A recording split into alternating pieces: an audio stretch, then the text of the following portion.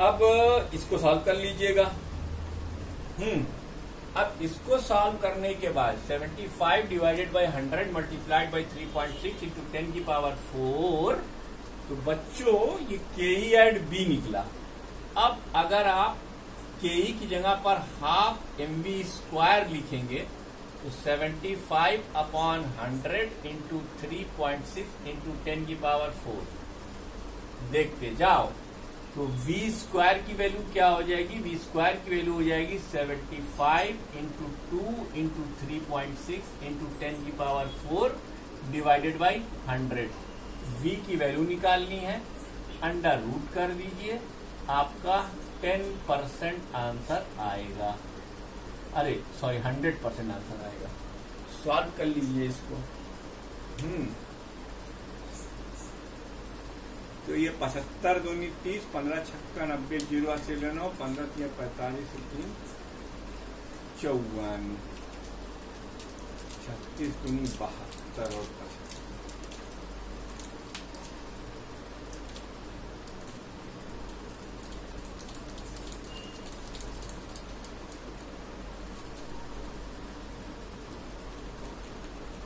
%75 solve कीजिए भाई इसको, देखिए इसका आंसर क्या आता है।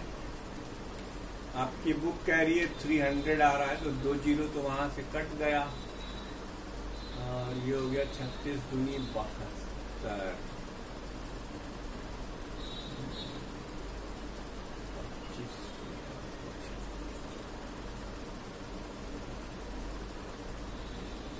सॉल्व करिए इसको।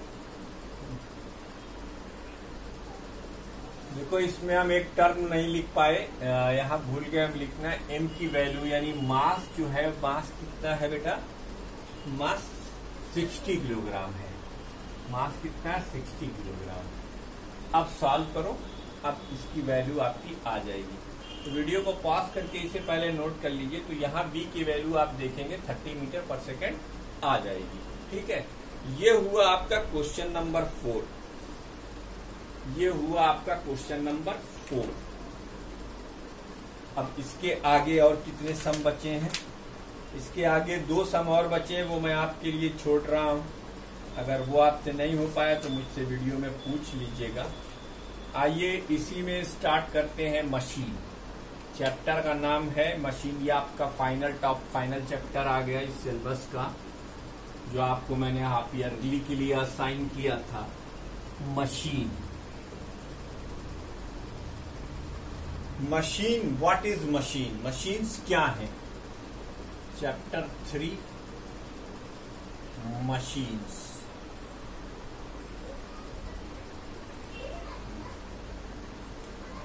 इसमें हम सबसे पहले पढ़ेंगे what is the functions and uses of simple machine. A machine is anything which can reduces the human effort. A machine is anything which can reduces the human effort. जो ह्यूमन एफर्ट को reduce कर दे वो आपकी machine है।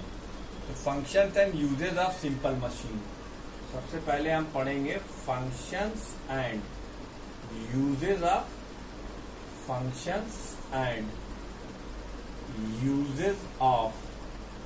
Simple machines. Functions and uses of simple machine. ठीक, अब the various function, the various functions of machines.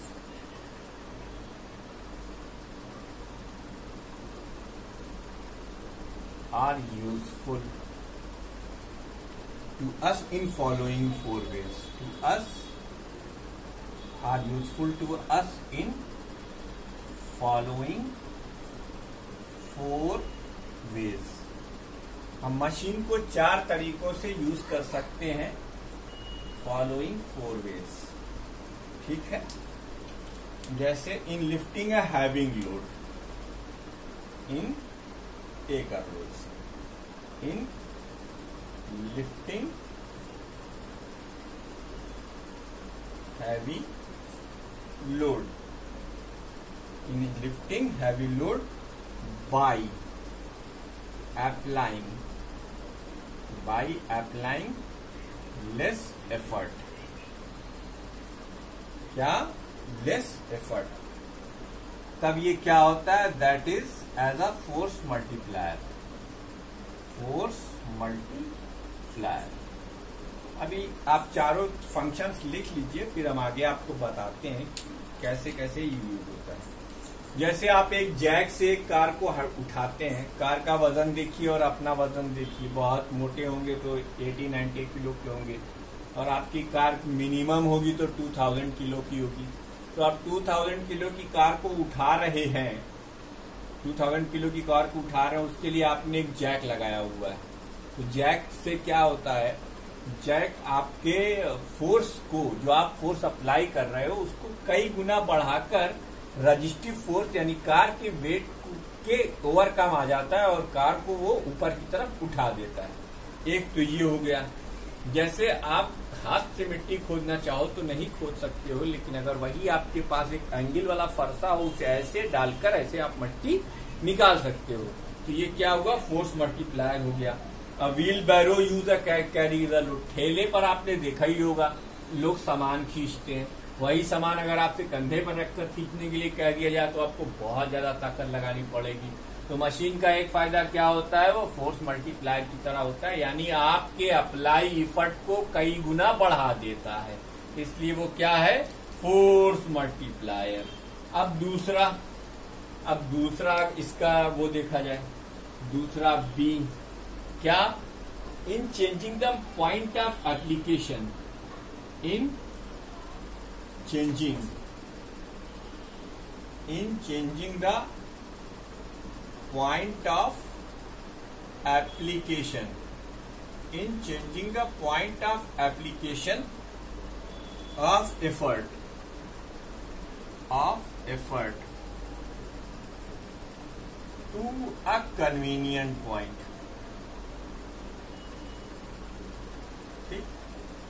जैसे आप किसी हैवी लोड को डायरेक्टली ऐसे ऊपर की तरफ खींचिए, ऐसे खींचिए तो फिर आपको दिक्कत आएगी. लेकिन अगर आप एक पुली में रस्सी लटकाकर उसको ऐसे खींचेंगे तो आप इजीली खींच ले जाएंगे. तो इसे कहते हैं changing the point of application of effort to a convenient point. ये मशीन का दूसरा फंक्शन है. ठीक, इसी तरीके से तीसरा फंक्शन देखिए. तीसरा, in changing the direction. In changing the direction. In changing the direction of effort.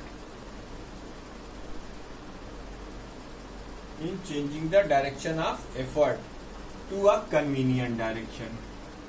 To a convenient direction. ये इसका तीसरा काम हो गया. चौथा, for obtaining a gain in speed. चौथा जो काम होता है ये भी इसी की तरह होता है कि आप जहां चाहें वहां पर आप फोर्स अप्लाई कर चीज को हटा लें. तो changing the direction of effort, D, ये आपकी मर्जी पर है. डी हो गया. ये इसमें पहला और चौथा बहुत इंपॉर्टेंट है, इसी पर सारा कुछ वो होगा. ठीक है. For obtaining a gain in speed. For obtaining in gain in speed. For obtaining a gain in speed, that is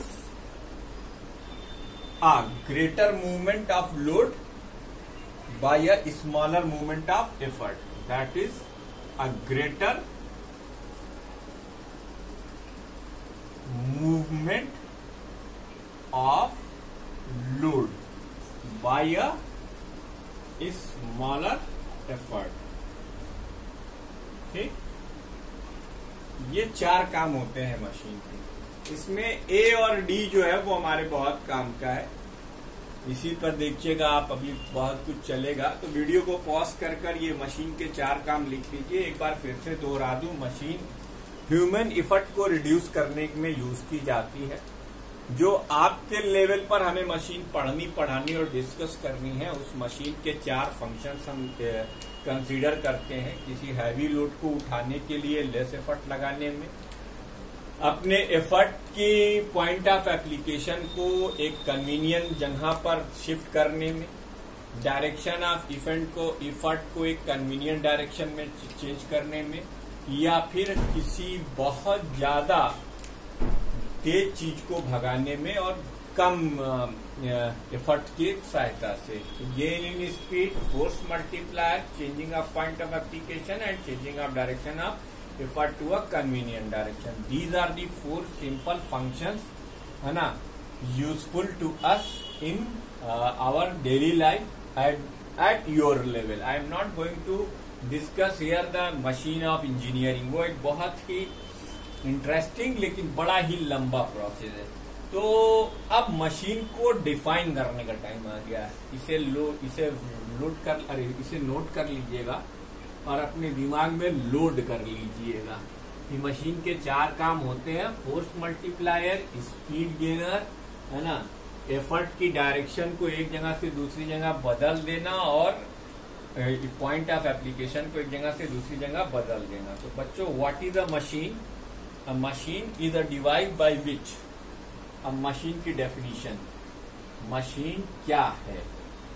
अब इन 4 फंक्शंस के आधार पर अगर हम मशीन की डेफिनेशन लिखें तो अ machine is a device. A machine is a device. A machine is a device by which we can either overcome a large resistive force, a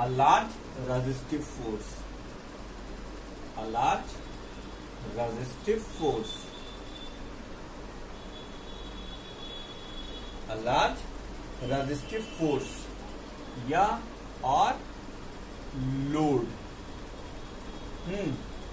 at some point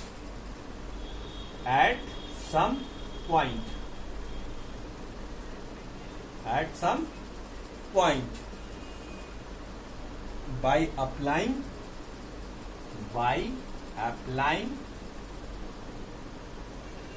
a small force,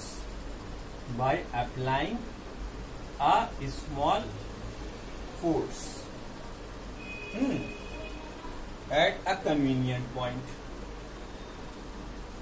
point,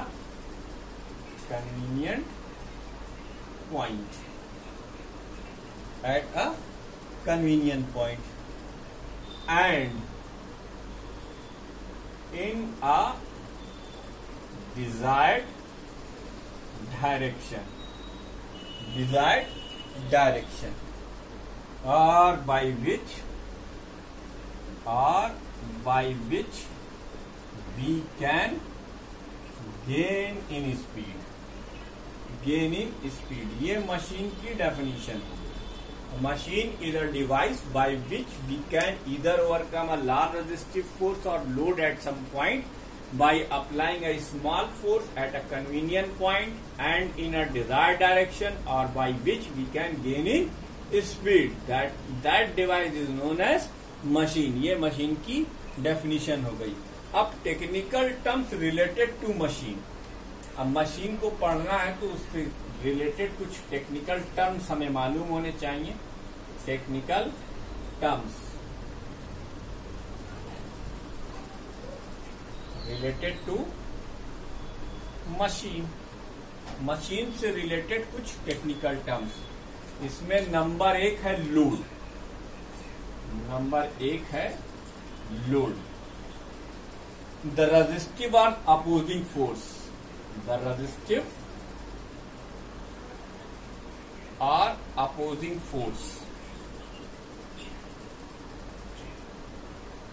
Opposing force to be overcome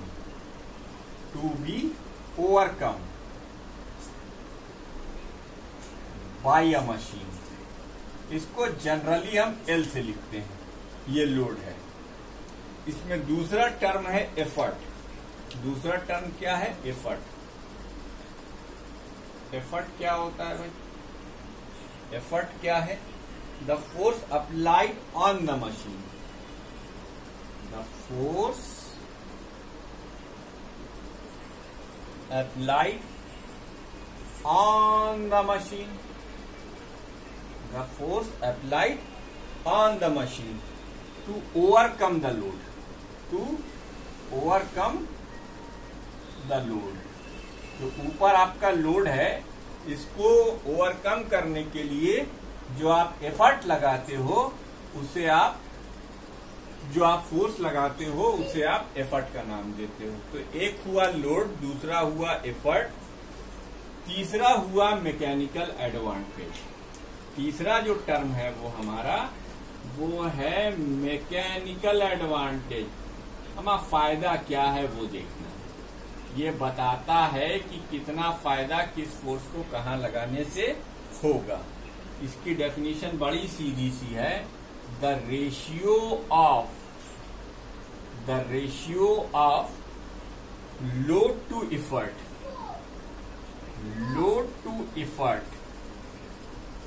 is called mechanical advantage. इसे हम क्या कहते हैं? Mechanical advantage. इसे हम mechanical advantage के नाम से जानते हैं, मैकेनिकल एडवांटेज। तो मैकेनिकल एडवांटेज का फार्मूला होता है load upon effort. Load upon effort यानी L upon E। Load upon effort. ठीक, अब mechanical advantage can either be equal to 1, less than 1 और greater than 1 depending upon the force multiplier, change of point of application, change of point of direction और इस gain in speed। अगर force multiplier है तो फिर mechanical advantage greater than 1 होगा। अगर change of application of point है तो फिर वो क्या होगा? फिर मैकेनिकल एडवांटेज की वैल्यू 1 ही रह जाएगी। और अगर गेन इन स्पीड है तो मैकेनिकल एडवांटेज की वैल्यू लेस देन 1 हो जाएगी। तो हम यहाँ पे सिर्फ 2-3 बातें लिख देंगे अभी फिलहाल। इसके बारे में घबराओ नहीं, चर्चा होगी। जब पर्चा निकला है तो चर्चा भी होगी, है ना। In case of force multiplier, mechanical advantage is greater than 1। In case of gain in speed,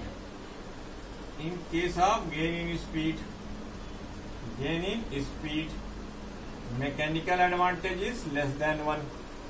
और तो ये 2 बातें याद रखो। तो इसकी वैल्यू ग्रेटर देन 1 से भी बड़ी हो सकती है और लेस देन 1 भी हो सकती है। ठीक। तो ए मशीन कैन नॉट बी। अच्छा, एक बात और याद रखना, एक मशीन को एक ही बार में एक साथ फोर्स मल्टीप्लायर और गेन इन स्पीड की तरह यूज नहीं किया सकता। या तो वो फोर्स मल्टीप्लायर बन सकती है एक टाइम में, या फिर उससे आप गेन इन स्पीड का काम ले सकते हैं। दोनों एक साथ नहीं करा सकते, याद रखिएगा। और since mechanical advantage is the pure ratio, hence it has no unit.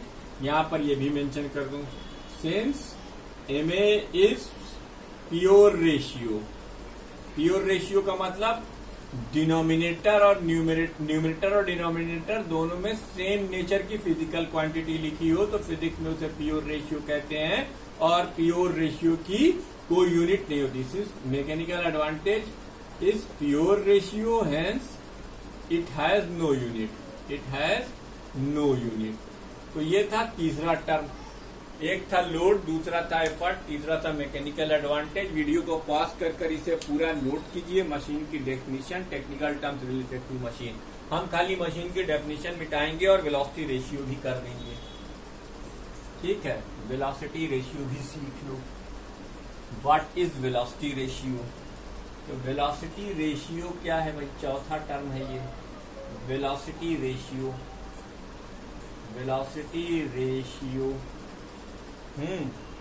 The ratio of the velocity of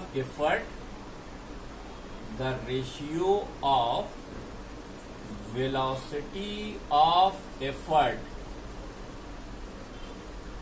to the velocity of load. The ratio of velocity of effort to the velocity of load is called velocity ratio. इसे हम velocity ratio कहते हैं. क्या कहते हैं? velocity ratio. इसको लिखते हैं v डॉट r डॉट से, और v डॉट r डॉट की वैल्यू जो होती है वो velocity of effort upon velocity of load. ठीक, velocity of load. आप यार डेरिवेशन मत करो, आप VE अपॉन VL याद रखो. Velocity of effort upon velocity of load. जितने टाइम तक लोड लगाओगे, जितने टाइम तक एफर्ट लगाओगे, उतने ही टाइम तक लोड चलेगा. इसका मतलब distance travelled into time taken by the effort. इसकी वैल्यू होगी distance travel by effort into time taken, और इसकी वैल्यू होगी DL इनटू टाइम टेकन. तो इसका एक और फार्मूला आ सकता है, distance travel by effort upon distance travel by load. Time ना खराब करो. Distance are travelled by effort, distance travelled by effort upon distance travelled by load. ये याद रखना. ये हो गया चौथा टेक्निकल टर्म. पांचवा है वर्क इनपुट, छठा है वर्क आउटपुट, सातवां है इफिशियंसी, उसके बाद प्रिंसिपल ऑफ मशीन, फिर लीवर. ये सब हम अगली वीडियो में डिस्कस करेंगे. थोड़ा थक गए हैं. जय हिंद, नमस्कार.